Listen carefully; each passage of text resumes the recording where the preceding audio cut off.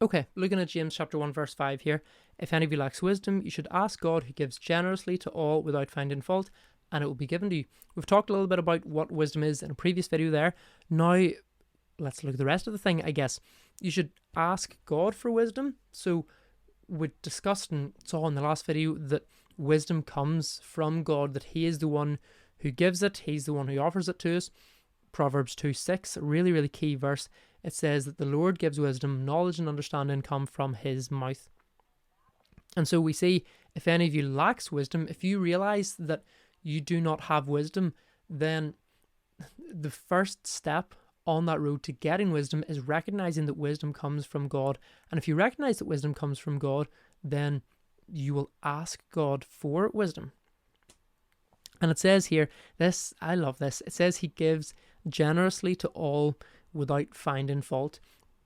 He gives, first of all, he gives like generously to all. This is not for, wisdom is not for an elite group of Christians who make YouTube videos and who preach on Sunday at do sermons, or who lead the Bible studies or all that sort of stuff. No, wisdom is for all Christians, because with one God who gives us wisdom, and he gives generously to all. It's not for these elite special Christians. It's available for everyone who asks. And so you can ask for wisdom. You can be that person who people come to for guidance and advice because they're like, oh, you're just so wise and helpful, and you just have a great insight into what is good and bad in these situations. That's stuff that God offers to you. Okay, that's stuff that God wants you to have. And so if you lack that, if you think, I want to be that person for other people, I want to have this knowledge that, as we saw from Proverbs chapter 1, the way that you know wisdom and then you act on it and you apply it. We see here that's what this kind of opening statement in Proverbs 1 is about. If you're thinking, I want to be that person, then you've got to ask God. He gives generously to all without finding fault. Here, if you like Bible-based content and you like seeing it on YouTube, then one of the easiest ways that you can help this spread to more people so that more people see it is by hitting it with a like, and also just by being here. Thank you for being here, I appreciate that, and I hope that you enjoy the rest of the video.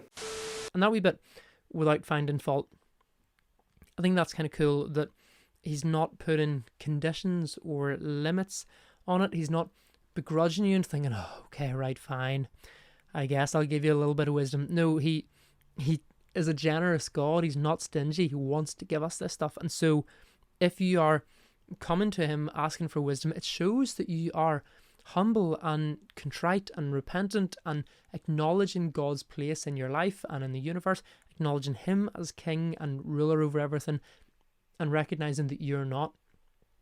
And so if you're in that position, then God will give generously to you. He'll not find fault with your request. He says it will be given to you. There's an absolute there, a certainty that you will be given knowledge. So look, pray for wisdom, ask God for it, and crucially then trust that he will give it to you, because that's what the next little bit is about. Verse 6, when you ask, and this is specifically about asking for wisdom. I don't know if we can necessarily apply this to every single instance of prayer and asking for stuff. Perhaps we can, but it says when you ask, you must believe and not doubt. So you've got to have faith that wisdom does actually come from God and that he really will provide it. Faith and not doubt. I'm kind of reminded of, I don't know if you've seen that movie, The Mummy, with Brendan Fraser.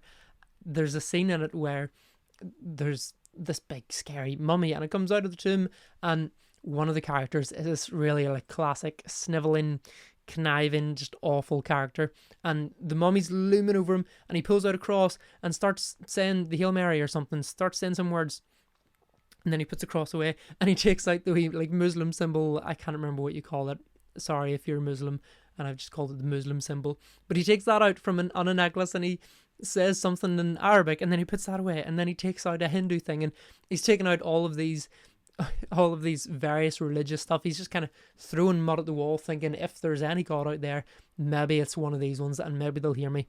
And I think that is perhaps what this is. Well, obviously James wasn't thinking of The Mummy featuring Brendan Fraser, but this is perhaps what it's about, that you've got to believe that, okay, actually if you're coming to God and saying, I want wisdom from you, you've got to actually believe that he is the source of wisdom. You can't be like, okay, Jesus, help me out.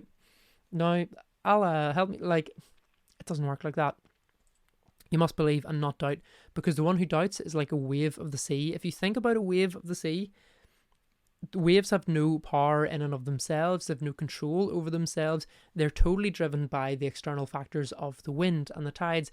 And likewise, if your faith is fickle and weak, if it's dictated by external factors, then there'll be times where your faith is very strong, and then other times where your faith is very weak, and there's no anchor there. The perseverance that was talked about previously here in like verse 4 and all, that's not there, and so you don't have that anchor, and your faith is just, you're blown about by the wind. You as a person are totally controlled by external factors, and it says here that that person should not expect to receive anything from the Lord. They're double-minded and unstable in all that they do.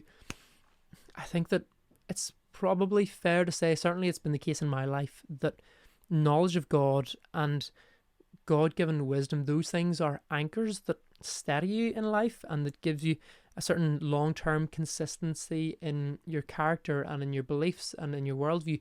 Things make sense. Things fit in, I guess, because you know God and you're trusting Him. A person without those things will not have that same foundation. And so it's probably not, it sounds harsh, but it's probably not unfair to say that that person is double-minded. Their mind is all over the place. It's not focused on one thing or one person, Jesus, and they are unstable in all that they do. This video was one of a series of videos I'm doing on the Book of James. So if you enjoyed it, then here's another one that you might enjoy, or here's another video that you might like. But thank you for being here. I appreciate you, and I will see you in the next one. God bless.